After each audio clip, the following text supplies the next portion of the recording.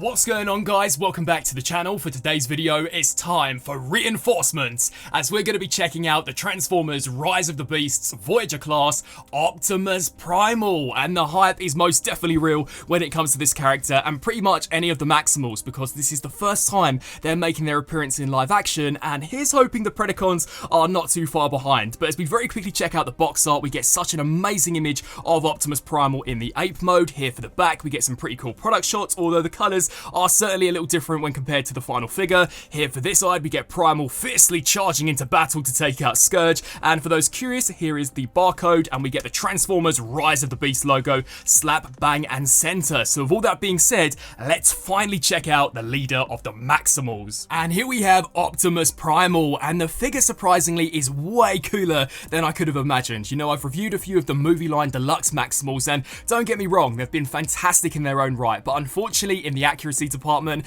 they are kind of slacking. Whereas if you compare this Optimus Primal to the very brief glimpse we see of him in the teaser trailer, this figure seems to be smack on, and it's kind of left me wondering as to how they're going to improve upon this with the upcoming Studio Series leader. But anyway, as we check out the details of the bot mode, you know, such a fantastic representation of Primal. They've literally taken that Beast Wars design, slapped it in live action, and in my opinion made it so much cooler. So in terms of the head sculpt, very reminiscent to the Optimus Prime that we've seen from the Bayverse movie. So, you know, there may be a little bit of backstory to that, but as we turn it to the side, you know, the detail is just so cool, even for the back of the head. And that's one thing I may have failed to mention in the movie line Optimus review, is that these Voyagers are stacked. The detail and, you know, just the plastic quality is so good. And if you look at him from the back, you know, there are barely any hollow spaces besides a bit of waffling we have out of the hand. So yeah, they definitely didn't slack in that department. Now, here for the chest, you know, it looks very armored. I cannot wait to see Primal throwing it down with the Terracons in the film, because I think this guy is going to be more savage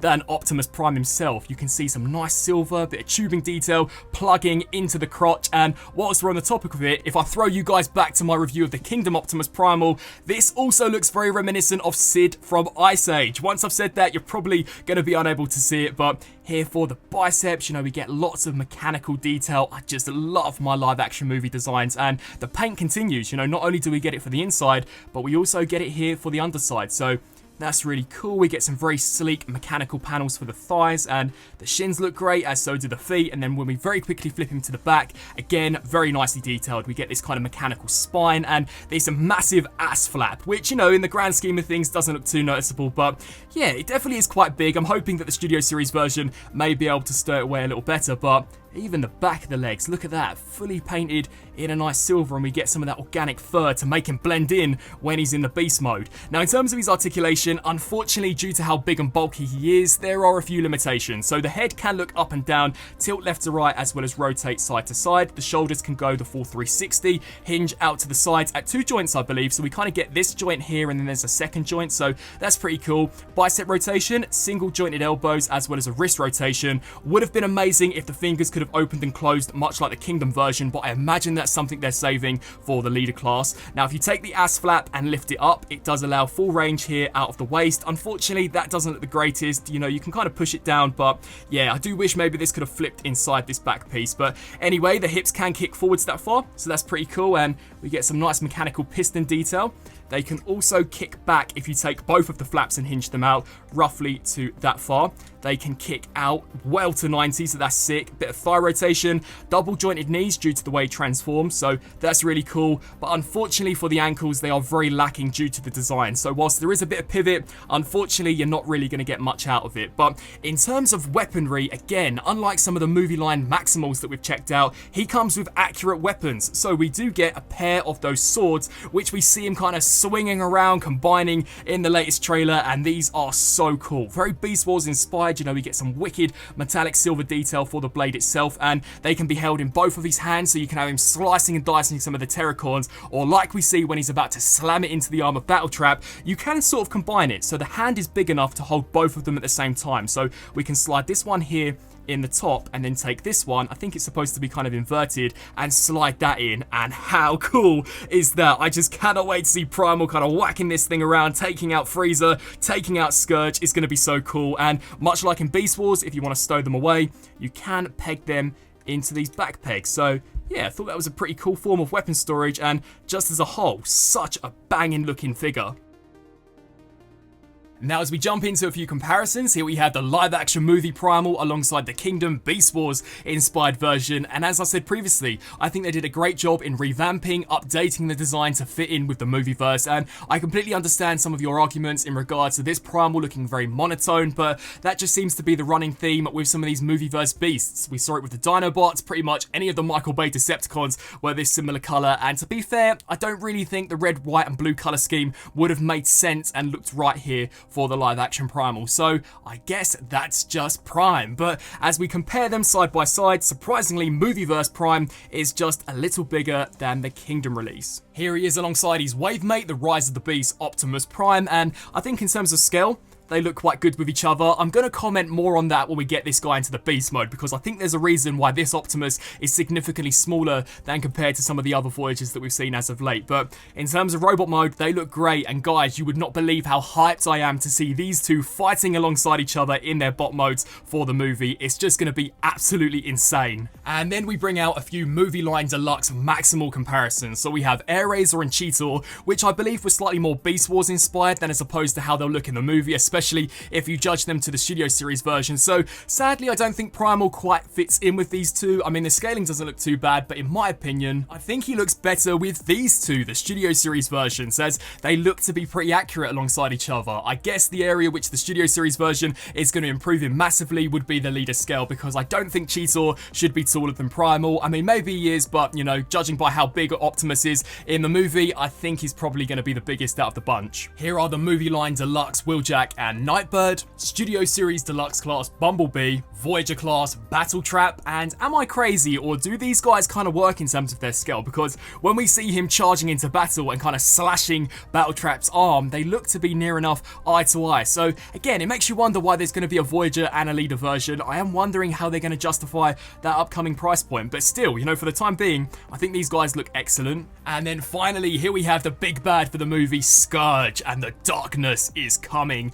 I cannot wait to see these two go head to head in combat. Now, turning to transformation from robot into beast mode, it's quite straightforward. So to kickstart things off with, straighten out the head, take the shoulder pads and just collapse these down. We can then come here to the shins, flip these pieces out, and I really like the way the foot transforms. So you basically take the outer toes, collapse them inwards, and then take this grey section, slide it inside, and then snap this panel down. I personally thought that was really cool, and then do the same here for this side. So flip this up, take the toes, collapse those, and fold the foot in. What you're then going to want to do is take the huge butt flap, angle this upwards, and then rotate the waist all the way around until the front is now facing the back. And then in terms of the way the legs transform, you're basically going to want to take this double hinge joint and just collapse it in upon itself. So you're left with something along the lines of this. We can then slide this here all the way up.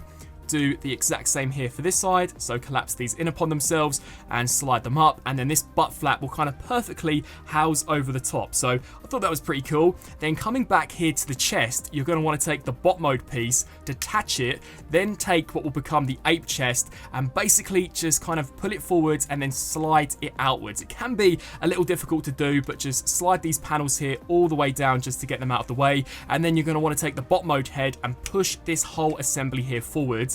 Once you get it out, we can then extend it a little further, rotate this here, so basically flip it upside down so we see the ape head, then slap this piece in and take the bot mode chest, and it is on a slider joint, so this is now going to slide all the way in. Take the big pecs of the ape chest, slide this here up and over, take the head, lift it upwards, bring the shoulders down, rotate the fists slightly inwards,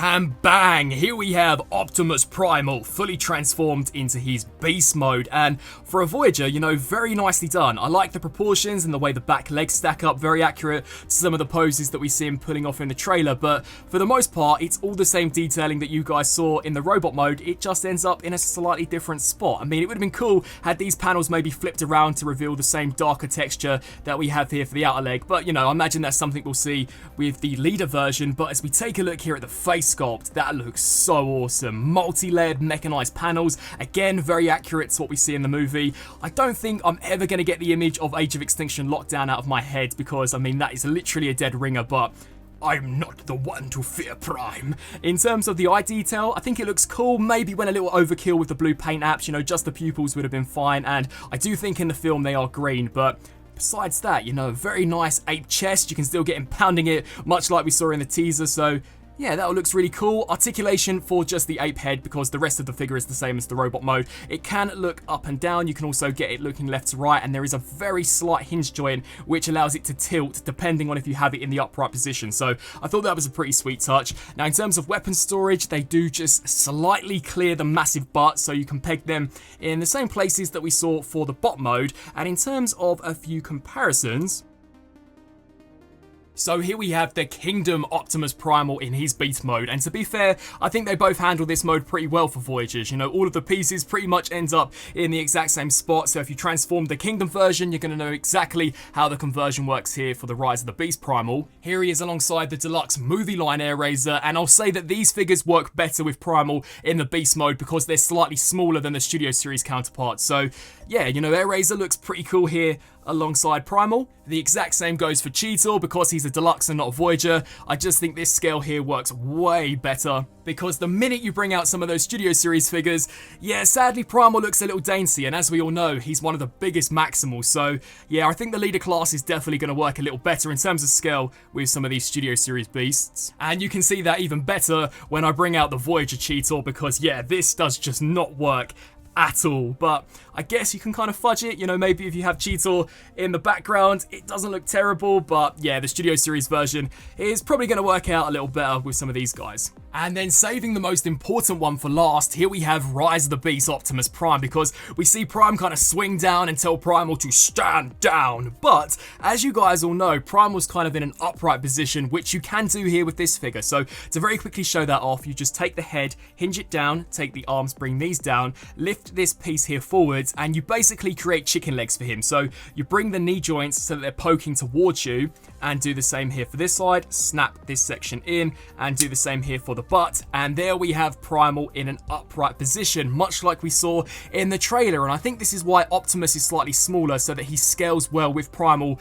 when in this form. So yeah, I guess that kind of makes sense, although I'll say because we don't have the kind of front of the toes for the robot mode flipped out, it does make him very back heavy, meaning that it's almost impossible to get this guy standing up. So at least in terms of my collection, I'm probably always going to stick him in that kind of quad ape pose, because I just think it looks way cooler and kind of a lot less awkward than what we're seeing here.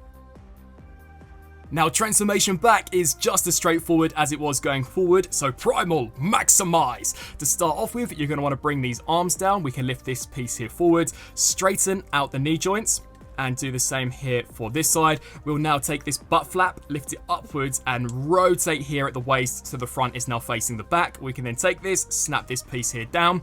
What you'll then want to do is take the chest piece, split it, and bring these panels all the way down. Take that bot mode chest, pull it forwards, take the ape head and shift this whole section out until it clicks, and then we can rotate it, flip it upside down, so we now have the bot mode head, slam this piece here back in, and now take the ape chest and snap this here into place, because the bot mode chest will come up and over and will snap into place. We can then take the shoulder pads, slightly hinge these out, and then for some finishing touches, flip out the shin guards, take the toes, bring these down, fold out the side pieces, and do the exact same here for the opposite side. And there we have Optimus Primal fully maximized back into his robot mode. And wrapping up on this review for the Rise of the Beast Voyager class Optimus Primal. Personally, I think this is a solid release. I mean, it may be better than the movie line Optimus, which we recently checked out, because just all round, everything looks so nicely done. The robot mode looks terrific. The beast mode is very cool for a Voyager.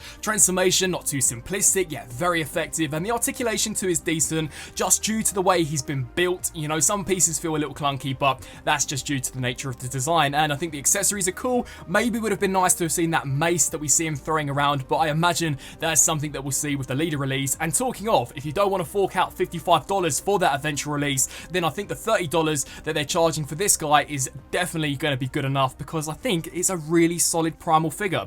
I'd love to get your thoughts down in the comment section below. What do you guys think? And until my next review, I'll see you then. Thanks for watching.